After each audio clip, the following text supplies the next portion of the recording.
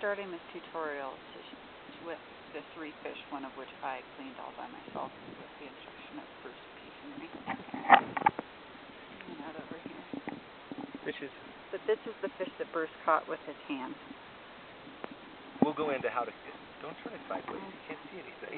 You can't see anything. So, I'm going to clean this fish really quick.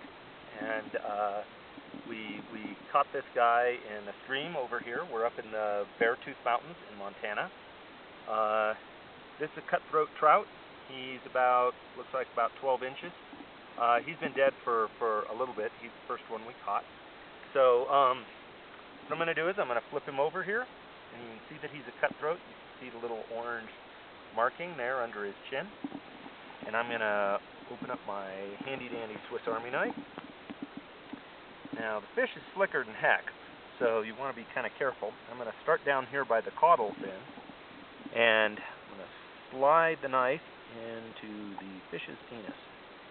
And then work it back and forth a little bit to start my cut.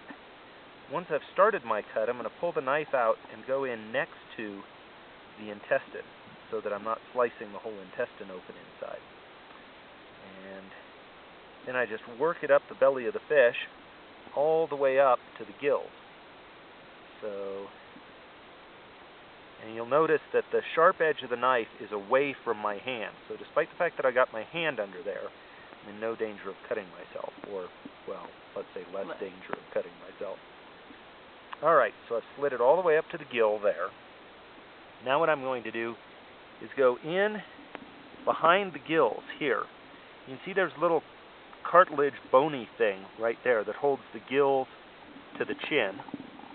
And I'm going to slide my knife in there, and I'm going to cut through that. Again, cutting away from my hand. Now I've got that loose. And you can see this was a female. There's a lot of fish eggs in there, and those look tasty. Those look ripe and ready to roll. So I'm going to try not to dump those out here. And now we're going to switch over to the water. I'm going to walk over here.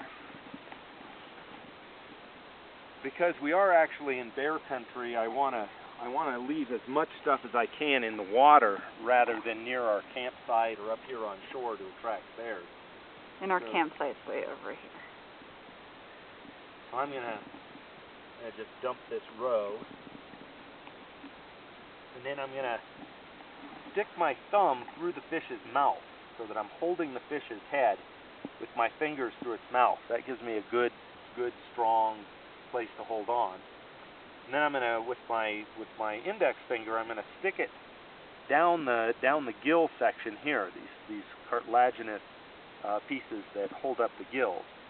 Now I've got my finger down the fish's throat, and I can just pull away from the head like that. And the pectoral fins will come with it.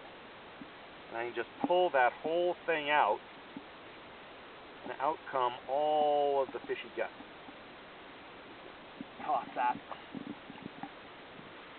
Now I'm going to rinse out the inside.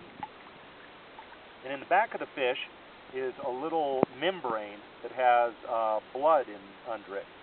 I'm just going to take my knife and lightly run it down that membrane. Just cut the membrane. It's really light. There we go.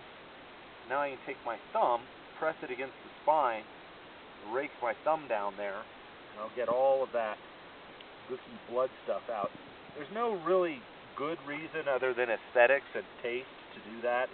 It tastes a little bitter if you leave it in. If you didn't have a knife and you were cleaning them, I don't know what you'd do, because it would be darn hard to gut a fish without a knife. So there we go. Rinse them off. One clean trout.